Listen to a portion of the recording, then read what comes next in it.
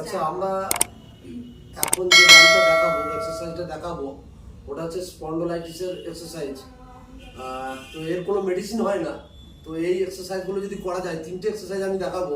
তো 3টে এক্সারসাইজ যদি করা যায় তাহলে অবশ্যই আপনারা মানে খুবই আরাম পাবেন, ঠিক আছে, এবং স্পন্ডোলাইটিস দূর হয়ে যাবে এক কথায়। তো দেখুন, স্টার্ট। 1 2 3 4 5 অ্যান্টি ক্লক হবে।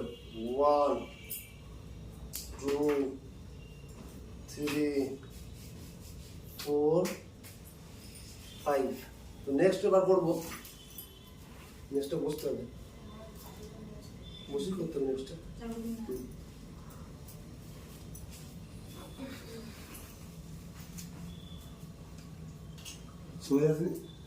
তো হাতটা এইভাবে মাথার পেছনে রেখে হাত প্রেসার দেবে এবং মাথা হাতকে প্রেসার দেবে। তো মাথা সোজা থাকবে।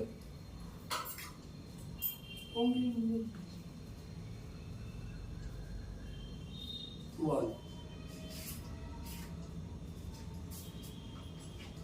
2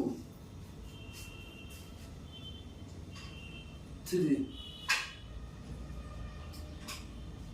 4 5।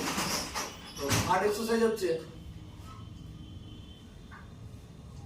মাথা চাপ দেবে নিচের দিকে এবং থুতনি চাপ দেবে উপর দিকে। তো এটা দেখুন আপনারা।